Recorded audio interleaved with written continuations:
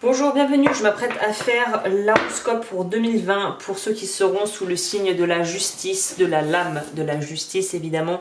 Si tu ne sais pas comment calculer ton année, c'est juste en dessous, j'ai même donné un exemple, il te suffit d'appuyer pour dérouler le menu pour voir comment on fait. Il n'y a pas de bonne ou mauvaise méthode, fais comme tu le sens et additionne les chiffres comme tu as envie de le faire.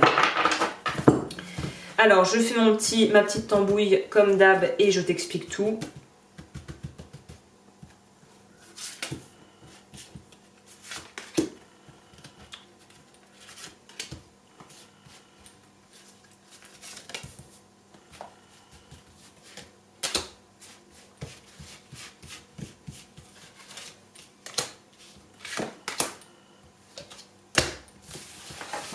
Ok, on a quoi en dessous? L'étoile à l'envers.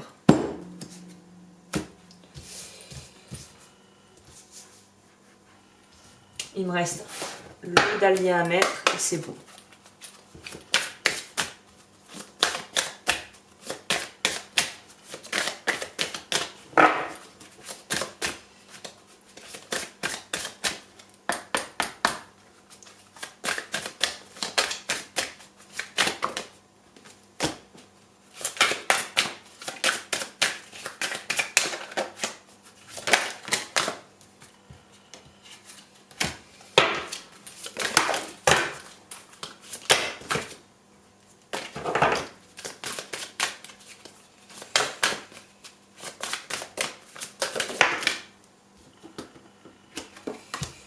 Ok, alors on va commencer déjà, je t'explique la manip, comment je fais, si tu n'as pas vu les autres. J'ai fait une playlist d'ailleurs à cet effet, pour celles et ceux que ça intéresse, pour cette année horoscope 2020 que tu peux retrouver sur la chaîne. Je commence avec le Tao, mais avant tout, on va rentrer déjà avec qu'est-ce que représente la justice. Encore une fois, ce n'est que mon interprétation de ce que ça représente au niveau symbolique. Donc la justice, déjà comme on peut le voir sur cette carte, on voit que les balanciers, le balancier est pas vraiment tout à fait équilibré, mais que la justice donc tient la dame en question, ce personnage tient une épée et qu'elle est prête à trancher, elle est prête à trancher s'il le faut, et que de toute façon, même si s'il y a voilà mal donne, il y a quand même une idée symbolique soit d'avoir justice, soit d'essayer de se faire justice soi-même dans le cas un peu plus péjoratif. Mais la justice, elle est quand même là pour structurer. C'est comme, elle est là aussi pour donner une certaine forme d'équité, de poser une certaine forme d'équité. On est quand même avec l'énergie aussi du signe de la balance qui est dans cette espèce de besoin d'équilibre, en même temps qui a ce côté très mental, très analytique et qui est aussi parfois très changeant et mutable. Donc c'est des énergies qui peuvent venir et aller et venir et qui peuvent être assez rapides.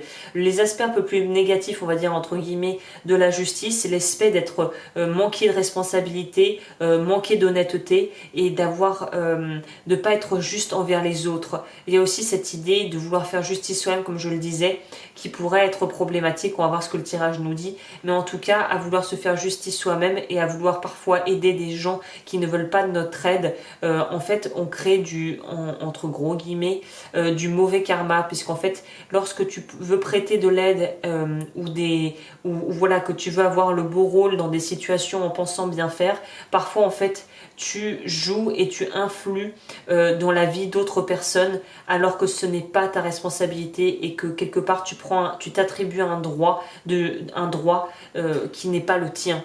Tout le monde n'a pas envie d'être aidé et ça doit venir de là où les personnes en question, pas de toi-même. Je sais pas si ce que je dis fait sens, mais il y a une idée de... On a un peu cette notion qu'il faut toujours aider ton prochain, aider, mais est-ce que tu as demandé, est-ce que ces personnes ont envie d'être aidées? Est-ce que tu as demandé? Ou est-ce que tu veux essayer de faire le chevalier, sur son grand destrier, sur son grand cheval blanc qui va avoir le beau rôle? Donc là, à mon avis, pour ceux qui sont dans l'année de la justice, on va devoir travailler sur la partie difficulté à accepter aussi la nécessité d'avoir de l'ombre pour avoir de la lumière. C'est un peu ça pour vous, là, ce que je ressens. Hein. Ok, au niveau du Tao, on a cette idée qui résonne très bien avec la justice, de vouloir structurer les choses. Comme on voit, l'araignée tisse sa toile, la toile est structurée, la toile est solide, la toile est là pour rester, et même si elle était appelée à être détruite par les intempéries extérieures et la nature, l'araignée reconstruira sa toile. Ce qui rejoint aussi l'idée que la justice, on a besoin d'avoir une foi inébranlable en la vie, et une foi en ses projets et en soi-même en fait aussi. Donc là, il y a aussi la notion d'oppression. Donc on est dans ce travail de l'ombre. Pour moi, ceux qui sont dans l'année de la justice, well done, vous allez avoir du travail à faire par rapport à des vieilles choses que vous avez du mal peut-être à vous pardonner, à des choses où vous vous sentez encore coupable, où les démons entre guillemets du passé sont encore là pour revenir un petit peu obscurcir le tableau. Et là, il va falloir plonger une bonne fois pour toutes là-dedans pour en sortir grandi et pour vraiment pouvoir renaître à vous-même. Et ça va passer par quelque chose qui peut être très difficile à encaisser, c'est de se rendre compte qu'on a des limites, que les autres en ont aussi, et qu'on ne peut pas dépasser certaines conditions qui nous ont été imposées, en tout cas pas dans l'immédiat. Et ça, c'est quelque chose qui peut être extrêmement douloureux à entendre, de se dire que certains problèmes qu'on voudrait à tout prix auxquels on voudrait mettre un terme ne pourront pas être résolus en deux coups de cuillère à peau, et certainement pas peut-être durant l'année, ou en tout cas tout ne pourra pas être résolu durant l'année. Et ça, c'est quelque chose qu'il va falloir accepter aussi, qui peut être difficile à entendre. L'attente, qu'est-ce que je disais? Donc voilà, être patient, ça va être un des maîtres mots pour vous cette année. Et il y a aussi cette idée de pouvoir unifier ses forces à d'autres choses, à d'autres personnes, pouvoir partager son expérience, partager son vécu et pouvoir être une contribution pour d'autres autour de soi, mais aussi réciproquement laisser aux autres la possibilité d'être une contribution dans notre vie et de ne pas vouloir faire cavalier seul en permanence. Ok, pour le plan sentimental, qu'est-ce qu'on nous dit?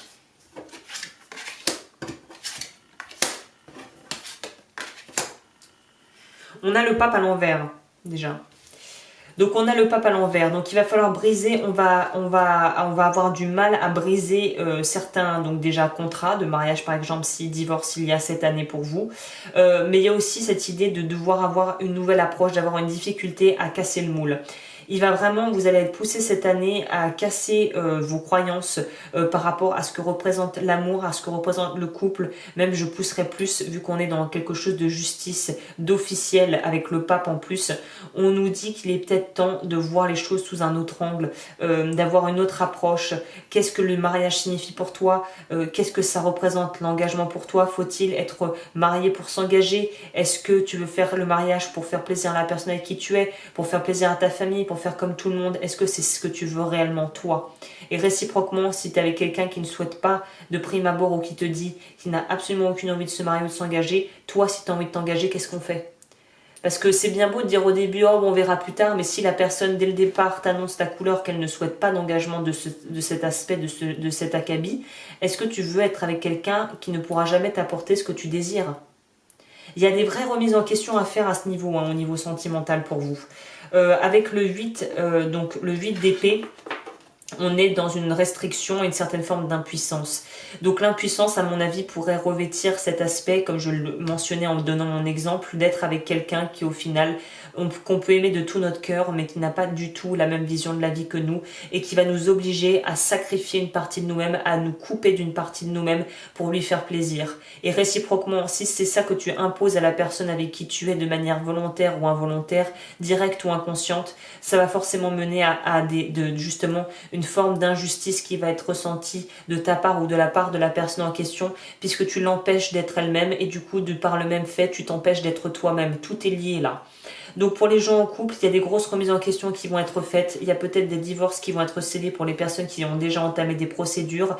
Et avec le 5 de coupe, on a l'impression d'avoir gâché quelque chose. C'est comme s'il y avait... on voit le clown qui voit ça et qui voit ça comme un gâchis. Et en fait, il n'y a pas de gâchis, il n'y a que des enseignements que la vie t'a appris et que tu peux décider d'intégrer dans ta vie pour avancer, ou que tu peux décider de mettre de côté et qui vont être de toute façon remis sur le tapis jusqu'à ce que tu finisses par comprendre la leçon qu'il y avait à tirer de tout ça. Donc il y a une idée quand même, parce que là le clown est focalisé assez tristement sur les 3 coupes qui sont tombées, mais là on voit que derrière il y en a 2. Il y en a 2 qui sont intactes et on voit même qu'elles sont un peu remplies. Donc là j'aurais tendance à te dire que même si tu as des épreuves et que tu vis les relations qui vont peut-être être appelées à se terminer cette année comme des échecs, sache que tu as la ressource et qu'il y a de très bonnes possibilités, il y a de très bonnes opportunités qui pourraient se présenter si tu focalises ton attention non pas sur ce qui n'a pas réussi, mais sur ce qui peut être créé dans l'avenir.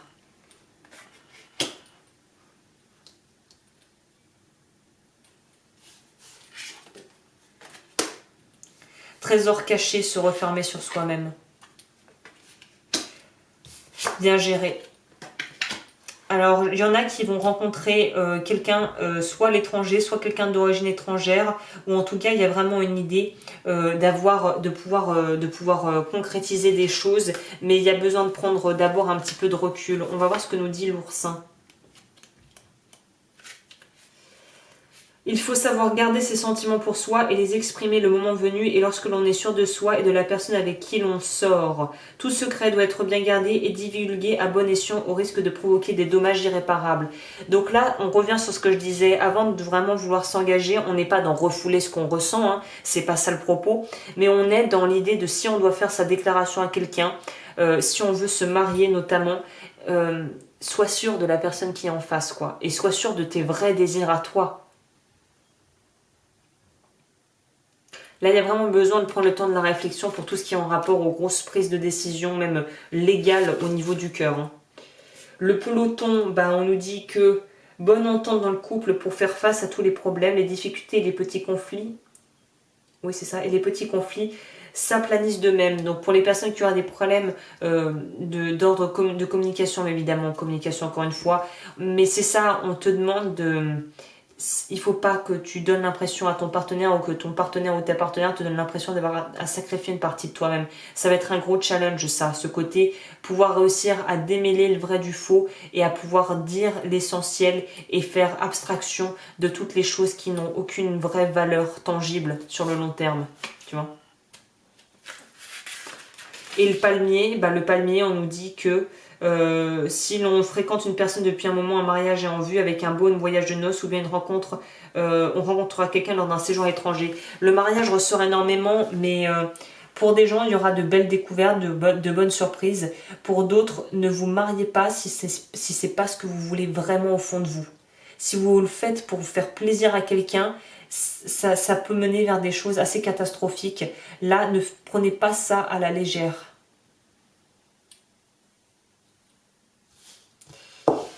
Professionnel. Ah.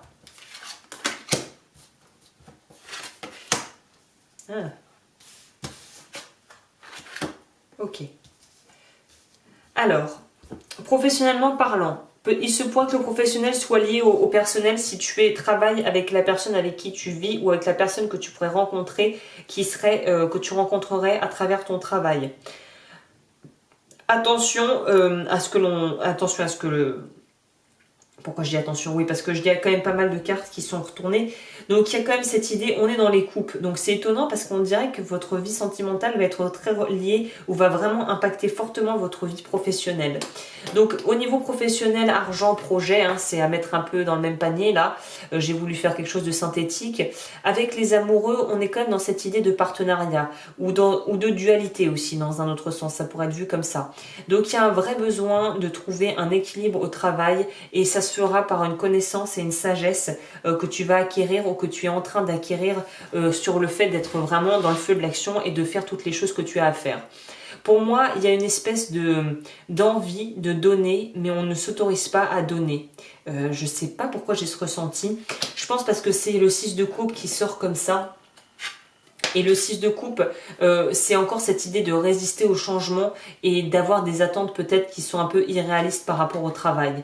Et en plus, derrière, on a le page donc le valet encore de coupe, qui est là pour nous signifier qu'on n'est pas vraiment mature, on n'a pas peut-être une approche mature par rapport au projet que l'on veut lancer, ou en tout cas ce que l'on est en train de faire sur le plan professionnel. L'éléphant est quand même source de sagesse, donc là on te demande vraiment d'avant de te décider et de donner vraiment ton consentement pour ou un accord pour un travail ou pour peut-être même vouloir faire une reconversion professionnelle. On te demande de ne pas rester, d'être guidé par la raison et non pas par tes émotions. Là c'est un peu bizarre parce que je dis rarement ça, mais là ne te laisse pas porter par les illusions des émotions, sois vraiment pragmatique, sois vraiment concentré et sois à l'écoute de tes vrais besoins et à l'écoute de ce que ton mental et de ce qui pourrait être en opposition à tes désirs. C'est-à-dire que vois le pour et le contre et il va falloir peser le pour et le contre. N'oublions pas, on est dans notre année de la justice. Donc là, il y a vraiment une idée de peser le pour et le contre avant de lancer quoi que ce soit sur le plan professionnel pour être sûr d'être guidé non pas par peut-être des blessures de l'enfance liées à l'enfance et à cette espèce d'innocence que tu aimerais retrouver dans le travail, mais ou de créativité qui te fait défaut, peut-être qui va faire défaut cette année à une certaine période, mais on te demande de peser le pour et le contre avant de te lancer corps et âme dans quelque chose, que ce soit pro ou personnel, c'est très relié pour vous. Le complément, le message, bon c'est un joli message. C'est-à-dire que vers la fin, même si vous allez avoir résisté peut-être au changement et avoir vraiment du mal à trancher, à vous positionner et à trouver votre vérité intérieure, vous allez finir par le faire et vous allez finir par y aller et par le faire ce changement. On est vers une guérison, on est vers un voyage. Il se pourrait que ça soit un voyage à l'étranger qui te permette de te remettre les pendules à l'heure et de voir les choses sous un autre jour. En tout cas, on y va. Seul ou accompagné, on y va et on avance. Il est temps de sortir. Fin du spectacle, on ferme le rideau et on sort. Il y a aussi cette idée avec les 2 de bâton de vouloir être dans une idée de pouvoir s'engager mais sur autre chose puisqu'on sera beaucoup plus mature et on veut planifier. On nous rappelle encore le monde. Pour moi, il y a vraiment des voyages. Soit c'est un voyage intérieur, soit c'est apprendre au sens littéral du terme, à savoir vouloir voyager, vouloir avancer. Ah, je me rends compte, petite parenthèse, j'ai pas lu l'oracle de Dahlia, le complément pour l'aspect professionnel. Il y a la naissance de nouveaux projets, mais à mon avis qui ne pourront arriver qu'après avoir fait ce travail sur toi et avoir vraiment pesé le pour et le contre par rapport à ce que tu désires vraiment. Et je pense que ces nouveaux projets sont en rapport avec l'idée de bouger soit de région, soit de partir à l'étranger ou de prendre des vacances qui vont te permettre de te remettre les idées en place et de faire les choix justes. On va quand même voir ce que ça nous disait, l'éclair. Matériel, on fait le bilan sur son travail et on essaie de repartir sur de meilleures bases suite à un gros coup de colère ou à une réprimade de sa hiérarchie ou en tout cas voilà à des prises de conscience qui vont peut-être parfois être un peu brutales mais qui vont te permettre d'aller vers l'avant et d'aller vers quelque chose d'autre. On a une reconversion ou en tout cas sur le plan pro, on a des vrais changements profonds. Voilà, nouveau poste, nouveau travail, on est dans ça, on est dans peut-être que tu vas changer radicalement de mode de vie ou en tout cas d'approche par rapport à ton travail et à tes finances. Pour en revenir, je reviens à mes conseils. On nous parle encore une fois de partir, de voyage, de sortir, de bouger. Et on nous dit aussi que c'est grâce à l'amour et à l'amour que l'on se porte et à l'amour que l'on porte à nos projets et à la vie de façon plus générale et à cette espèce d'intuition qu'on va pouvoir enfin retrouver sa créativité, retrouver sa motivation et aller vers de nouveaux projets. Donc c'est vraiment une année pour ceux qui sont dans l'année de la justice 2020 se clôturera à mon avis par un renouveau absolument total sur tous les plans de ta vie. Ça va être de gros changements en vue pour vous. Seringue, alors pas d'inquiétude, ça veut pas dire que tu vas tomber malade, ça veut juste dire, pour moi, on est dans cette idée de changer complètement la donne. Quel que soit le domaine où surgit le problème, il ne faut pas attendre pour en extirper la cause, sous peine que celui-ci s'aggrave. Lorsque l'on commence un travail, il ne faut pas se prendre au jeu, car on peut avoir des retours de piqûres au sens figuré. Donc pour les personnes aussi qui font du travail notamment énergétique ou même divinatoire, cette année on vous dit de vraiment faire attention à votre pratique, encadrer votre pratique et faire ce qui est juste. Et ça me fait penser à ce que je disais au départ. On ne peut pas aider les gens qui ne veulent pas être aidés et parfois on veut se jouer justicier, se jouer le rôle du justicier alors que ce n'est pas notre rôle. Et ça, c'est aller à l'encontre du karma et du dharma qui crée du mauvais karma. Donc vraiment, essaye de penser d'abord à toi, à tes besoins et ne donne de l'aide que si elle t'est demandée. Voilà, on n'a pas à intervenir, il y a des choses qui nous échappent, on n'a pas à intervenir dans la vie des autres je ne sais plus parler, ils ne l'ont pas demandé, quoi, c'est ça que je veux dire. Je n'arrive pas à dire ce mot, cette liaison ne se fera pas. Et on a en d'autres paquets, je termine sur ça, l'étoile. Alors là, on l'a à l'envers, mais pas d'inquiétude, pour moi, l'étoile reste quand même une magnifique carte, quelle que soit voilà, la position dans un tirage. Il y a cette idée pour moi de, même si on est découragé, garde la foi. On garde la foi et on a le 6 de bâton, on triomphe et on arrive à trouver des solutions par rapport à nos finances qui sont peut-être un peu problématiques au niveau des projets. Donc pas d'inquiétude, ça va être une année chargée mais ça va être aussi une année charnière et ce qui va beaucoup t'aider c'est de garder la foi. Mais écoute, j'en ai fini pour ce tirage, j'espère qu'il t'aura plu. Je te retrouve pour d'autres tirages bientôt. Pour me rejoindre et pour me joindre en barre d'infos, tout est dans le descriptif. Et je te souhaite une superbe année 2020.